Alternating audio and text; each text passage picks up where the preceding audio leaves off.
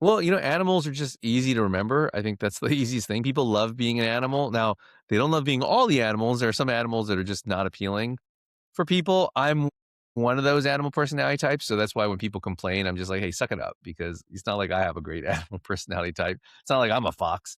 Everybody wants to be a fox. But, animals are just really easy to remember.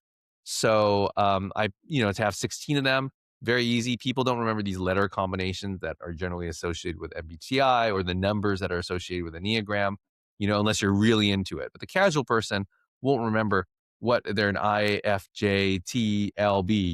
but they will remember, oh, I'm a shark and I'm a shark because this is how sharks are like.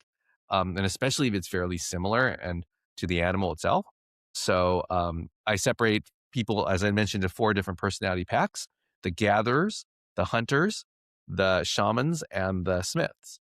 And it's kind of like what you'd expect in let's say, a medieval village or encampment, where I use those titles for the personality packs because a lot of people will ask me, well, why are there more gatherers than there are shamans? And I'm like, well, in that village, how many shamans did you have?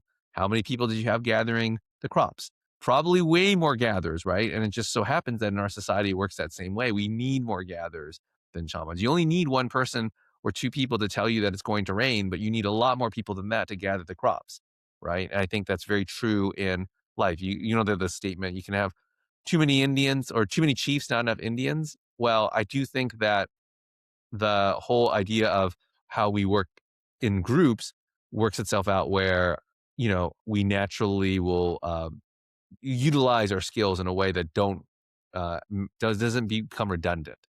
And so I think that's why I divided that way and said let people know that's why the percentages are that way. And then within each individual pack are the four distinct animals. I guess to be surprised, you would have to know a lot about personality types to know, like, whoa, this is like way different. And I wouldn't say that the value part of it is the most important part.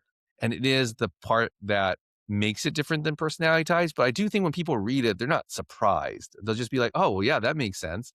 So hopefully that's the reaction with everybody. Don't know everybody's reaction because I only talked to some people who've read it, like I haven't talked to every single person.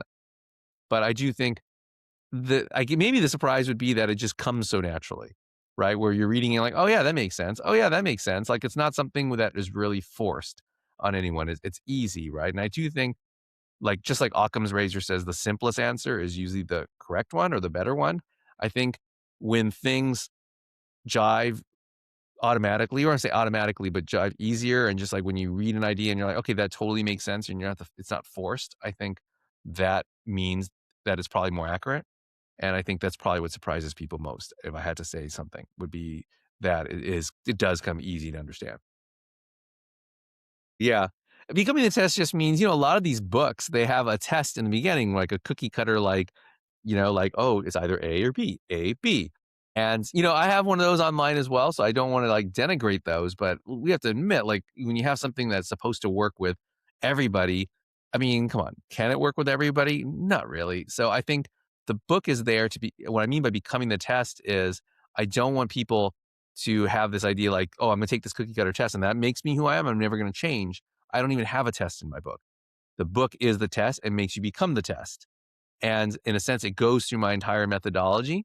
And by understanding the methodology, understanding how you make the decision whether this person is this type or this type, and then this type or this type, the better you understand that, then the more you can understand the nuances, and then you can use those nuances within the theory to analyze the nuances for the people that you love, right? Because people are different. People are very complex. We don't just we'll do things that are opposite to what really fit our personality type. So understanding methodology will help you actually identify when someone's doing something that maybe doesn't fit their personality or the And how true personality. Well, you can read the book, figure that out. I think the number one thing that people do is if they're a parent, they use it with their kids. And if we're all kids, right? We often use it with our parents, meaning like you're going to be like, if you don't have any kids, the first thing you're going to do is like, God, no wonder why my mom or my dad is like this. And they screwed me up in this way, or they told me this and it didn't really like fit me. That's like probably the first thing people understand.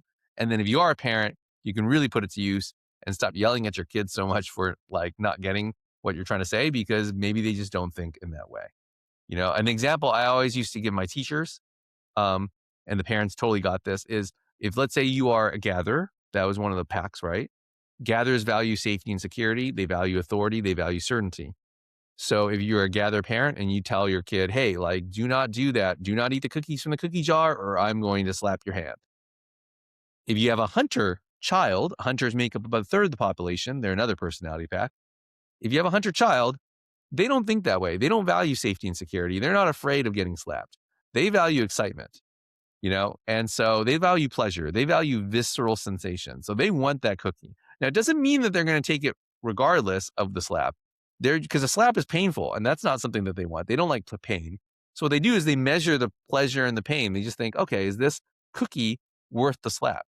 And if eating the cookie is worth the slap, then I'm going to eat it and then get slapped, right? And so a gatherer will be like, what? Like, no, you're supposed to value my authority. I'm telling you not to eat the cookie because I'm your parent. And you should value that and appreciate that and listen to me. But they're speaking different languages. And I think that's like the first example I gave. Most of my teachers were gatherers because gather or teaching is such a gatherer profession, which is good. But that's when they started to get like, oh, because they would always have one kid who was like that. And they're like, no wonder why they would do that stuff. And we never like really get along. So sorry, that was a long explanation or a long story, but that's very easily, especially if you're a gather parent, that's one way you can totally understand your hunter kids, because I'm pretty sure you probably have at least one hunter kid. Maybe you'll start yelling at them and arguing